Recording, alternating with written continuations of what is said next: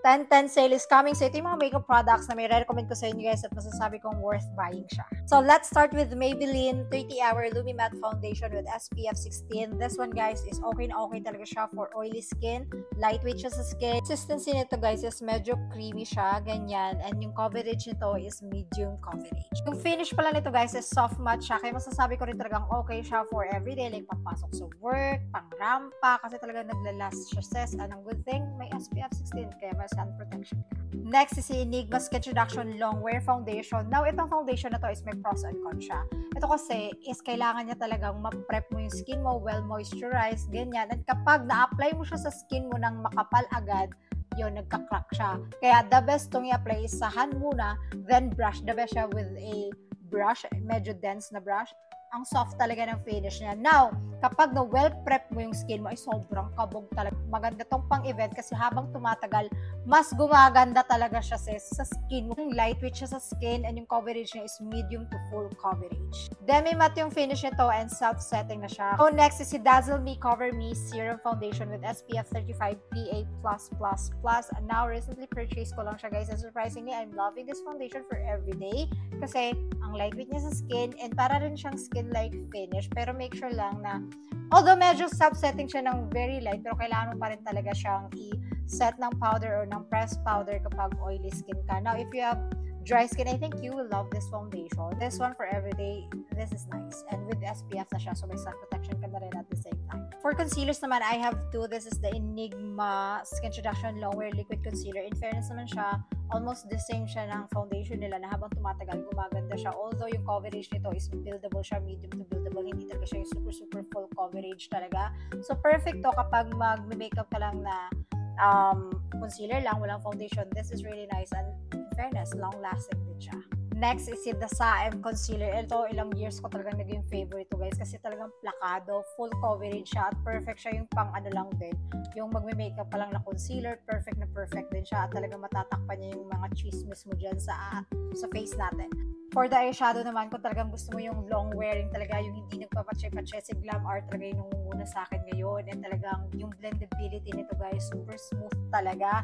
And masasabi kong versatile palette siya kasi ito nagagamit ko as my nose contour, pang-contour dyan, ganyan. Ito nagagamit ko as my blush. And talagang ito nasubukan ko na talagang pang matagalan talaga itong ano na to. Kung gagamitin mo to as your blush on, super pigmented. Grabe. Tingnan nyo naman yan. Diyos ko, day! Yung salamin niya, malaki.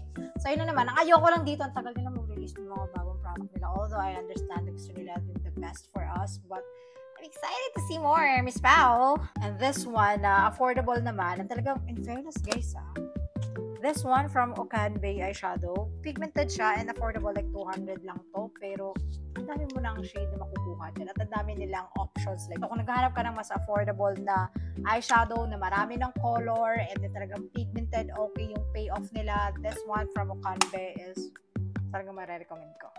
For the blush, ito talaga si EV Pro Blush Palette. Oh my goodness. Ito talaga yung may blurring effect na blush na powder. Kung gano'n ko siya kagamit ng ganito, ay bumabakat na yung parang skeleton ng ano dyan. So, ayan. Kung gusto mo yung blurring, long-lasting na pang blush on talaga and marami ng pagpipilian for a very affordable price. For the cream blush naman, so far ito yung nire-reach out ko ha, si Cloud Beauty in the shade Melrose. Kasi ang ganda, very, alam mo yun, very, ano na nangyari? Sis, ano ba yan? Cream blush na to from Cloud Beauty. Ang fresh niya talaga sis. Like, look at that. Perfect siya pang bridal or pang fresh lang yung look. At everyday ka maglagay nito, okay na okay pa rin. Look at that. Parang ang sarap-sarap niya. Ganon. This is from Cloud Beauty and affordable talaga siya. For my brows, ito si Ochel. Yung itong pang brow gel. Kasi talaga guys, talagang tayong-tayo kung gusto mo yung laminated yung kilay mo. This one, Diyos ko, wala pang 100 to. Ito yung ginagamit ko talagang pang ganyan kung gusto ko yung talagang tayong-tayo siya. Ochel, hindi kanya bibiguin. At ito from JMCY na eyebrow pencil. May spoolie na rin siya kaya although lahat naman ata ng eyebrow ngayon mostly meron ng kasamang spoolie. So ayan siya guys. Very natural looking lang ang atake niya. And talagang manipis siya kaya talagang mamimimik niya yung pa-hair strokes mo dyan. For my powders, ito lang din yung may re-recommend ko. So far, si Charlotte Tilbury, syempre, ito talaga kung gusto mo talagang parang burado na yung mukha mo, blurring. Ito talaga si Charlotte Tilbury. As you can see naman, pangalawang ano ko na to. Charlotte Tilbury, pero ang ganda kasi although pricey nga lang siya, kaya ang alternative ko sa kanya, ito si Vice Cosmetics na Universal Fix Universal Bake Setting Powder. Maganda talaga siya guys. As in, pinong-pino siya. Wala siyang pigment. Kaya parang yan diba? Parang nawala. Ganun lang. Talagang isiset niya lang yung mo dyan. Makeup, foundation mo dyan, whatsoever. Ang ayoko lang dito sa kanya is hindi siya super long lasting talaga.